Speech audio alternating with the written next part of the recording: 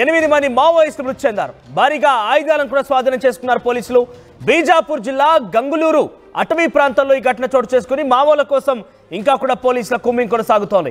ఛత్తీస్గఢ్ దండకారణ్యం ఎప్పుడు కూడా బాంబుల మోతతో దద్దరిల్లిపోతోంది.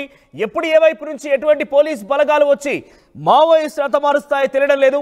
కుమ్మింగ్ కొనసాగుతుంది. ఇంకా కూడా ఈరోజు ఇప్పుడు ఒక గంట క్రితమే చాలా భారీ ఎన్కౌంటర్ జరిగింది. 8 మందిని మావోయిస్టుని హతమార్చారు పోలీసులు. ఇంకా కూడా కుమ్మింగ్ కొనసాగుతోంది. సో ఛత్తీస్గఢ్ మరోసారి బాంబుల మోతతో దద్దరిల్లిపోతుంది అనేది మనం చూస్తున్నాం. బిగ్గెస్ట్ బ్రేకింగ్ గా మొన్నే మధ్య చూసాం. ఛత్తీస్గఢ్ ఒరిస్సా బార్డర్లో ఏకంగా 12 నుంచి 14 మందిని ఒకే రోజు మట్టు పెట్టారు పోలీసులు. ఆపరేషన్ కగార్ ఇంకా కొనసాగుతోంది అని అంటే ఇక్కడ మనం చూస్తుంటే చాలా అవుననే సంకేతాలు వినబడుతున్నాయి.